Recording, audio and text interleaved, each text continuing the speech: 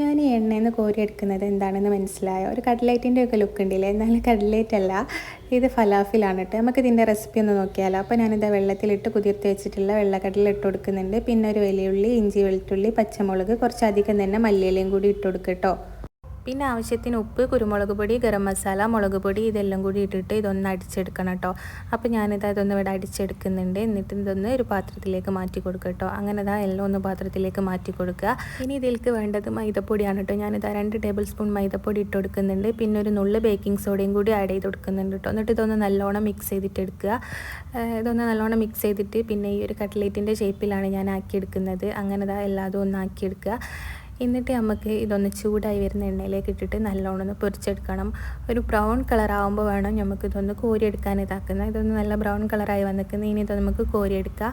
അപ്പോൾ ഇത്രയേ ഉള്ളൂ കേട്ടോ. ഫലാഫിൽ ഇവിടെ റെഡിയാണ് കേട്ടോ. ഇത് നമുക്ക് ഇങ്ങനെ തന്നെ കഴിക്കുകയാണെങ്കിൽ അങ്ങനെയും കഴിക്കാം. ഇനി ചപ്പാത്തിൻ്റെ ഉള്ളിലോ കുബൂസിൻ്റെ ഉള്ളിലൊക്കെ റോൾ ചെയ്തിട്ട് കഴിക്കുകയാണെങ്കിൽ അങ്ങനെയും കഴിക്കാൻ നല്ലതാണ് കേട്ടോ. അപ്പോൾ അത് കണ്ടില്ല, ഉള്ളൊക്കെ നല്ലോണം വെന്ത് നല്ല അടിപൊളിയായിട്ട് വന്നിട്ട്. അപ്പോൾ എല്ലാവരും ട്രൈ ചെയ്ത് നോക്കിക്കോളി.